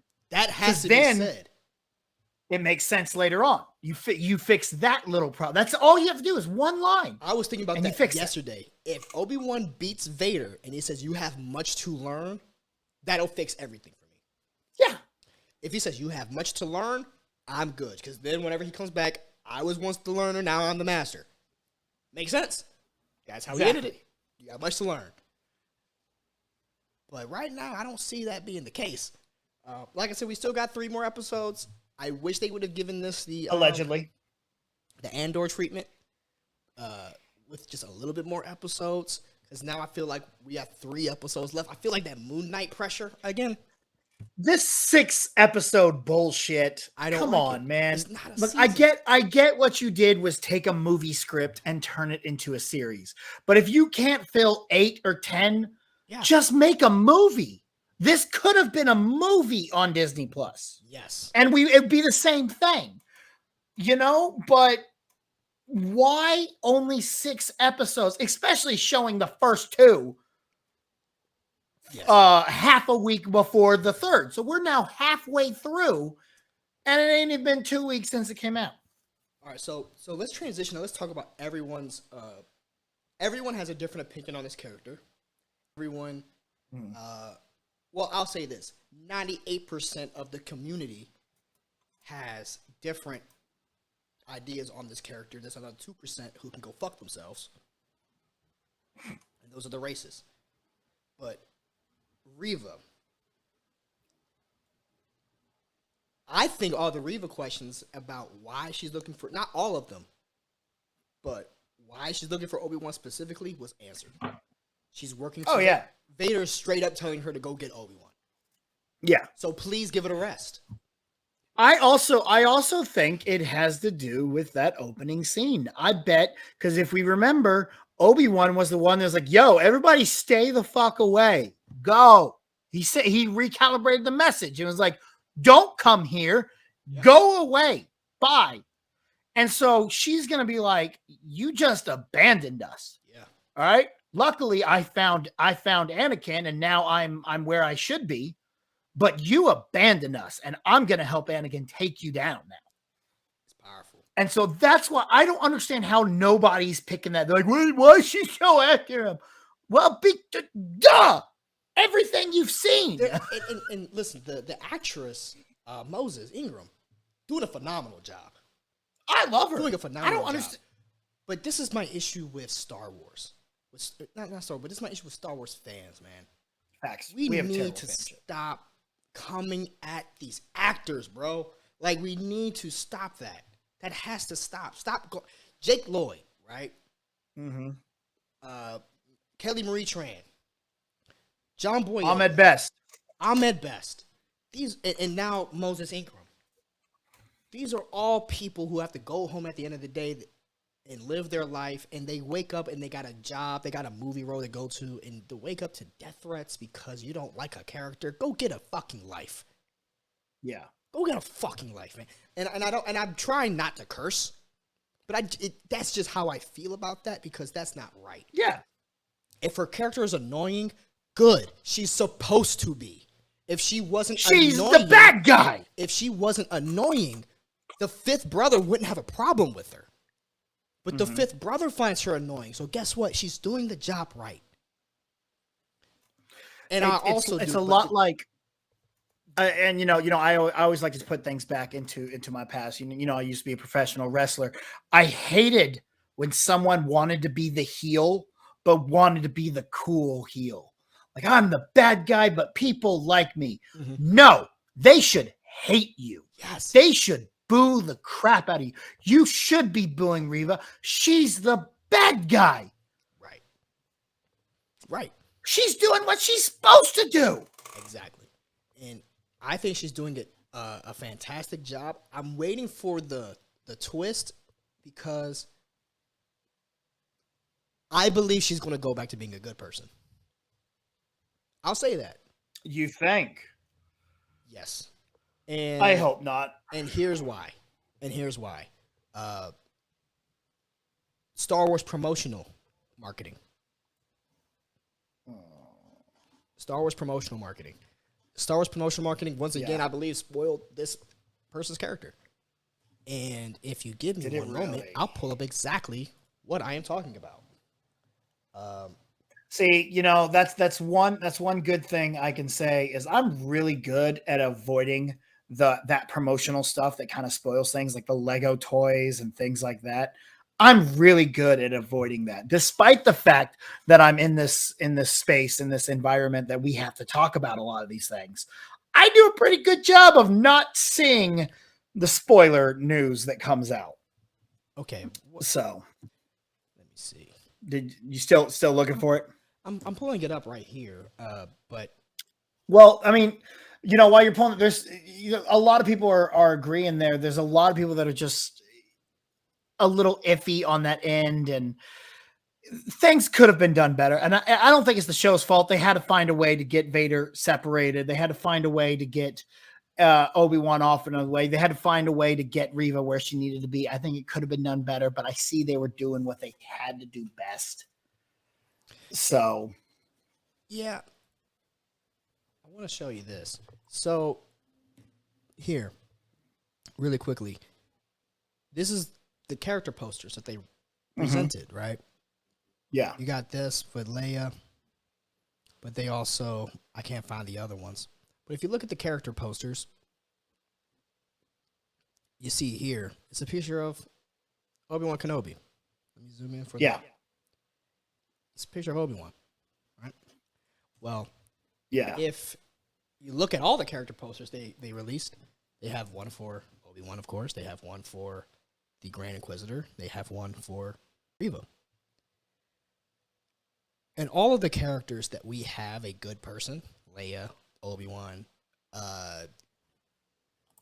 oh man, what's his name? Kumail Nanjiani? I can't remember his name. Kumail Nanjiani. Oh, we didn't even talk about him. We didn't. We'll get back to him. Yeah. But his character poster, if you look at the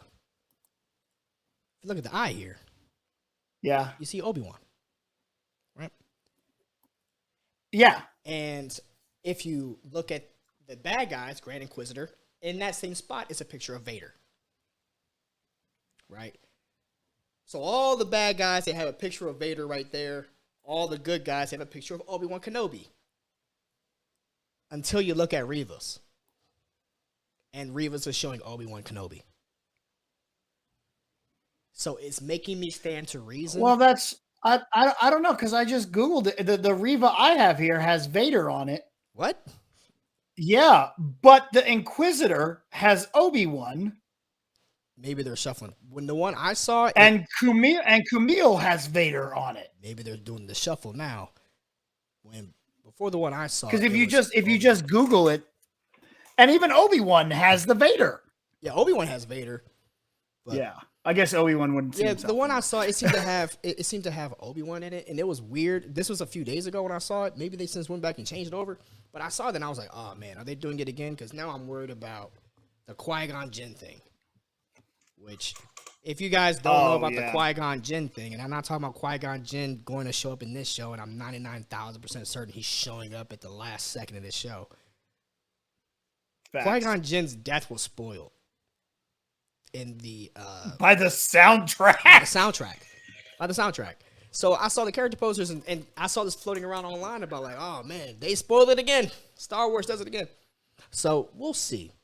I don't want her to turn because I like her where she's at. I mean, maybe she'll I don't turn, either. Maybe she'll turn at the end and Vader will kill her or something. But there's a lot to be said there about Reva's character that I'm really looking forward to diving into. But I really hope they do it in the 4th episode. I don't think that they should wait 5 or 6 to do that, because then you're running into the Moon Knight thing, and Moon Knight showed you doing a lot of backstory in episode 5 doesn't work. It was a great episode. No.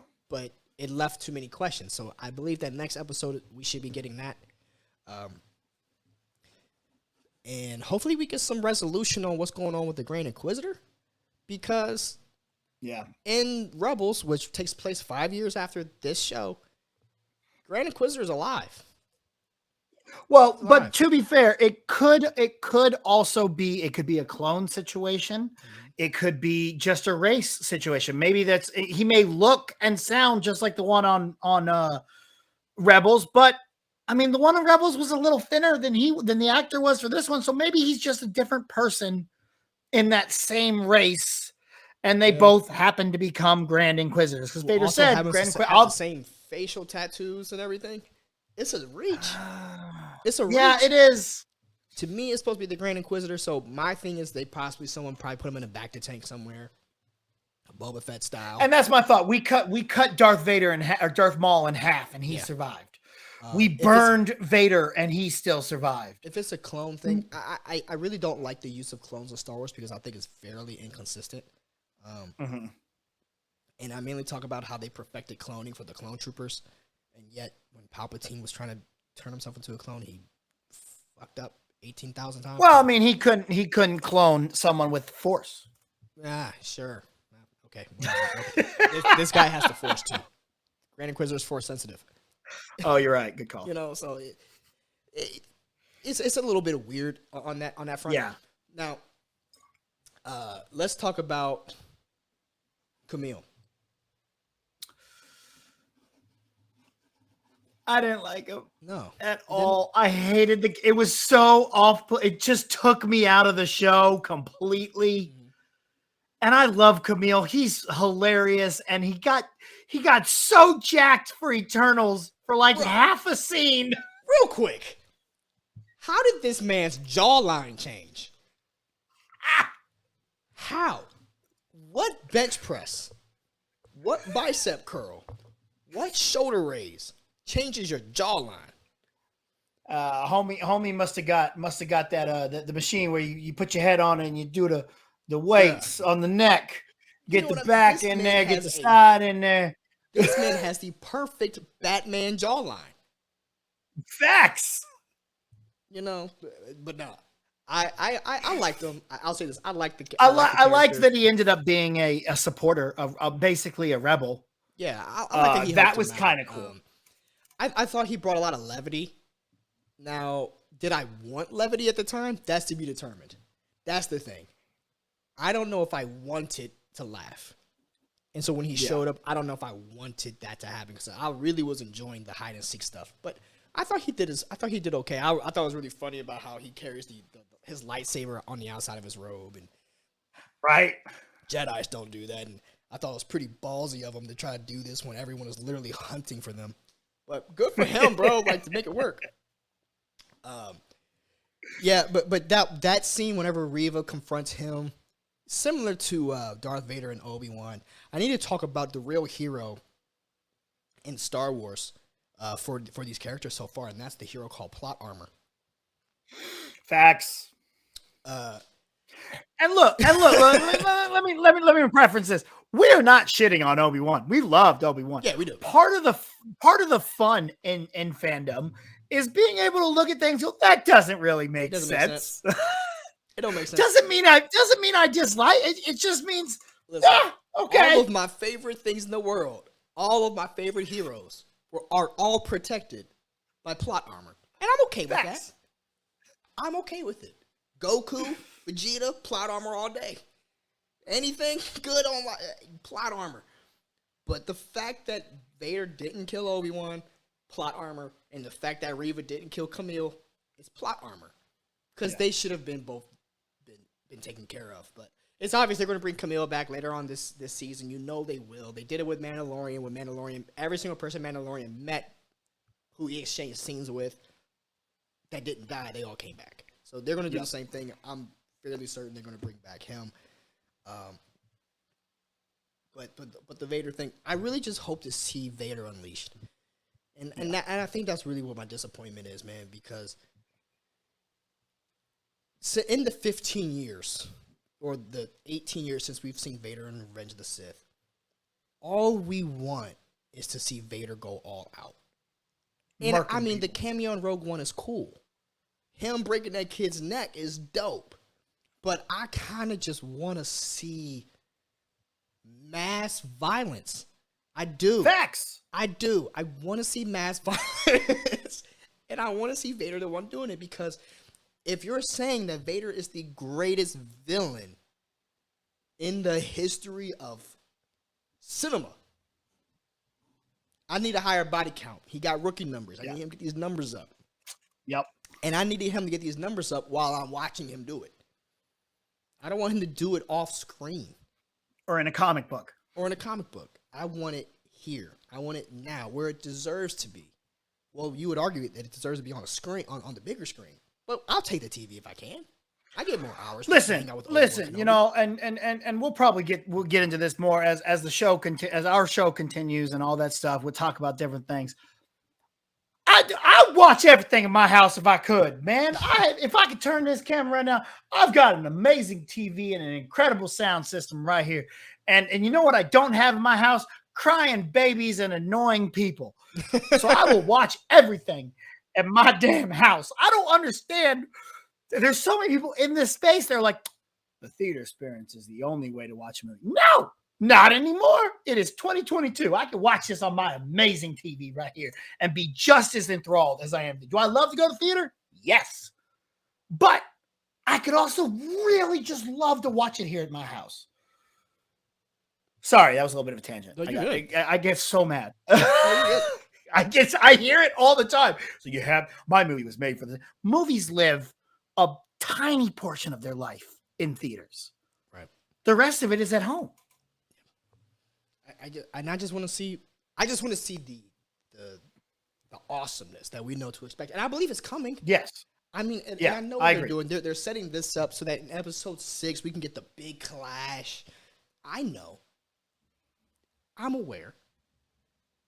I know, Lando. Calm down. 3 weeks, buddy. You'll get everything you want. I know, but I also know that I might not get it. I also know that it is Disney Plus, and that Disney Plus has let me down. But I am hoping that is not the case. Overall, I got to say that I think that this episode was stronger than the second episode. Mm-hmm. I'll give this one a smooth, 9 out of 10. And I'm just going to chalk all the plot holes up onto the reason why it's not going to get the one. I could go heavier on it, but I'll just say, hey, these things need to be addressed and call that a day. But I'm giving that a 9 out of 10. I really did enjoy this last episode. I love seeing Vader back. But like I said, more importantly, I really enjoyed that scene that we got when we saw Hayden in the robe. I don't know why. It was only for 2 seconds. I think most people will probably glance over that. But yeah, I'm not gonna lie. Until you said that you saw Anakin, that he was looking at Anakin, I was like, oh, I thought that was Palpatine in the robe. Yeah, no, I thought he was seeing the Emperor. No, it was Anakin. I know. I think you said. I go. Oh, that makes so much more sense. It was Anakin, not Palpatine. It was Hayden. That's the first time I actually got to see Hayden, and I was like, let's go. Things that I want to see in this show, and I'll be happy. I want to see a real boss-ass fight, obviously. I really, I want to see the Reva and the fifth brother go at it. Oh, yeah. Oh, I want to see this because they argue like little brothers, like little siblings, to fight for daddy's attention, and just all the Inquisitors, just I'm going to talk to Vader. I want to talk to Vader. I want to talk to Vader. I think that's hilarious. But at the same time, it's like, do you really want to talk to Vader? Because you know he will kill you. He will kill you. Vader's going to kill one of them. Oh, yeah. I'm thinking it's going to be... I don't think Reva makes it out of this series. I'm not going to lie to you. The fifth brother, I mean... Is it a spoiler to say that fifth brother's in Rebels? Right? No, because I didn't even remember he's in Rebels, so I'm not sure what they're going to do with him. But then again, so is the Grand Inquisitor. Yeah. I just don't like it when we change canon. I really just hope that they don't change canon. I did get nervous because, and I didn't bring this up about Andor, but I did hear something about Andor, and they said that they may change canon in Andor. This is from the creators of it. I got to dive into this, but they were saying that some of the stuff that we knew about isn't true or isn't right. That could be canon or it could be legacy. I don't know. You guys can probably let me know. You guys probably know more than I do. I just don't want them to change canon. I want to make sure that, help me, Obi-Wan Kenobi, you're my only hope, doesn't get damaged. Yes. Because that's too integral with the story. I am hoping that when we last met, I was the learner, but now I'm the master. I hope that isn't tampered with. And I do trust Dave Filoni and Jon Favreau. You know, I do. Dave, there's no one else on this planet Earth that handles Star Wars better, in my opinion, than Dave Filoni. So he has my trust in that. I'm just curious to see where they're going to go. What are your final thoughts for Obi-Wan before we wrap up and get up out of here? You know, I think it's been a great show. I'm really enjoying it. I'm loving the ride. I wish it was going to be longer. I cannot wait to see where they take us. Because to be honest, I have no idea. And that's what I love the best, when I cannot predict what you're going to tell me. When I'm watching a show and I'm unable to accurately decide where we're going to go. Because sometimes I can watch and I can say, okay, well, this is going to happen, this is going to happen, this is going to happen. But my brain can't. I don't know where we're going. I don't know what's going to happen. Anything can happen at this point. And I'm all in for it. Let's do it. I can't wait. I'm excited to continue reviewing them, you know, each week and whatnot. So it's going to be good. I'm hyped. All right, guys. Well, we're going to continue to do these Obi-Wan episode reviews as we continue with the show. But, guys, we really want to say thank you guys so much for joining us today. This was the very first episode. Obviously, we still have technical things. I can only do so much before we actually go live for the first time, and we're going to get a lot of the bugs out of the way in the next few days. So keep on showing up. Keep on giving that support. Keep on letting us know how things are going to go. I know that there's an echo. We're going to try to get that corrected as soon as possible. I just need more time to kind of figure things out. I can figure everything out until we finally go live. If you've been in any kind of video production, you know everything will go wrong. So we really want to say thank you guys for hanging out with us, and I am so glad to be back. I'm so glad for BC to be here with me on this journey. Yeah, buddy, let's do it, man. It's going to be fun. This is a great show. I just want to say, Lando, thank you so much for asking me to come do this with you. I'm really excited. The moment you asked, I didn't even hesitate. I'm in, because you and me, we have great chemistry. We do this well. We know what we're talking about. You are as positive as I am. We're here as one of our good friends, Ken Knapsack, likes to say, we are here to celebrate what we love. Yes. All right. And just I am a person. I say I don't like something or something's, I still love these things, guys. I love Batman. I'll sit there and trash Batman forever and then go watch it because I love it. Facts. I can love something and not hate. I can dislike something, but I love it. Star Wars, I love Star Wars, so I'm always going to show up for it. If I have disagreements, I'll let you know about them, but I'm always going to support it. And that's what we're trying to do. We're trying to push that positive. I've always said any Star Wars is better than no Star Wars. You know what I'm saying? I don't care what you give me as long as it's Star Wars. Bro, listen, before yesterday, I did not know that I needed to see Darth Vader pull Obi-Wan into fire. Didn't know I needed to see that in my life, but now we got it, and you do too. Guys, thank you guys so much for joining us here on the Lando Project. Let us know, what did you guys think about episode 3 of Obi-Wan Kenobi?